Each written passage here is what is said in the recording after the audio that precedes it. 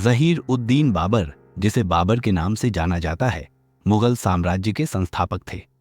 उनका जन्म 14 फरवरी 1483 को फरगाना, आधुनिक उज्बेकिस्तान में हुआ था। बाबर तैमूर और चंगेज खान के वंशज थे, जो उन्हें एक मजबूत राजवंशीय पहचान देता था। वे न केवल एक महान योद्धा थे, बल्कि एक कुशल शासक, कवि और लेखक भी थे।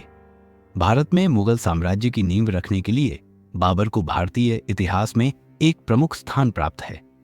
भारत में आगमन बाबर ने बचपन से ही एक बड़े साम्राज्य की स्थापना का सपना देखा था। 1494 में 12 साल की उम्र में उन्होंने फरगाना की गद्दी संभाली।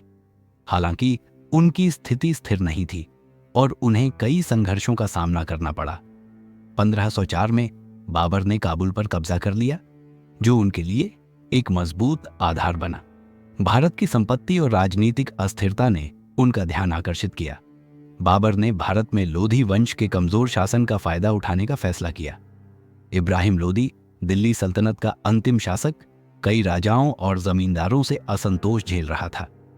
1526 में बाबर ने अपनी सेना के साथ भारत पर आक्रमण किया और इब्राहिम लोदी से मुकाबला करने के लिए पानीपत के मैदान में पहुंचा। पानीपत की पहली लड़ाई 1526 पानीपत की पहली लड़ाई भारतीय इतिहास में एक निर्णायक मोड़ थी। इब्राहिम लोदी के पास लगभग 1 लाख सैनिक थे, जबकि बाबर के पास केवल 12,000 सैनिक थे। लेकिन बाबर ने युद्ध में तोपों और बंदूकों का इस्तेमाल किया, जो भारतीय सेनाओं के लिए नई तकनीक थी। उन्होंने अपनी सेना को रणनीतिक रूप से व्यवस्थित किया, जिसमें तोपों को प्रमुख भूमिका दी गई। बाबर की रणनीति और तकनीकी श्रेष्ठता ने उन्हें इस युद्ध में जीत दिलाई। इब्राहिम लोदी की हार के बाद बाबर ने दिल्ली और आगरा पर कब्जा कर लिया और मुगल साम्राज्य की नींव रखी। अन्य युद्ध और विजय पानीपत की जीत के बाद बाबर को राजपूत और अफगान शासकों की चुनौतियों का सामना करना पड़ा। 1527 में खानवा की लड़ाई में उन्होंने मेवाड़ के राणा सांगा को हराया। यह युद्ध राजपूतों के लिए एक बड़ी हार थी और इससे बाबर का साम्राज्य और मजबूत हुआ।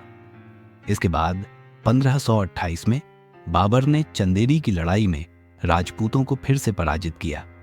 1529 में घाघरा के युद्ध में उन्होंने अफगान शासकों पर विजय प्राप्त की। इन जीतों ने उत्तर भारत पर बाबर की पकड़ को मजबूत किया। बाबर का प्रशासन और योगदान बाबर केवल एक विजेता नहीं थे, बल्कि एक संवेदनशील कवि और लेखक भी थे।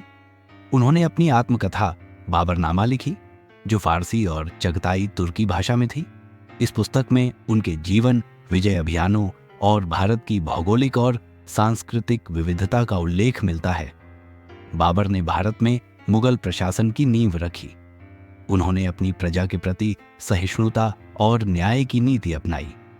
उनकी नीतियां उनके उत्तराधिकारियों के लिए एक मार्गदर्शक सिद्ध हुई। कला, वास्तुकला और संस्कृति के प्रति उनकी रुचि ने भारत में मुगल युग की समृद्धि का आधार तैयार किया। मृत्यु और विरासत बाबर का शासनकाल भले ही छोटा रहा हो, लेकिन उसका प्रभाव गहरा और स्थायी था। 1530 में आगरा में उनकी मृत्यु हो गई। उनकी अंतिम इच्छा के अनुसार उन्हें काबुल में दफनाया गया। बाबर की विजय ने भारत में एक नए युग की शुरुआत की। उनके बाद उनके पुत्र हुमायूं और विशेष रूप से अकबर ने मुगल साम्राज्य को ऊंचाइयों तक पहुंचाया।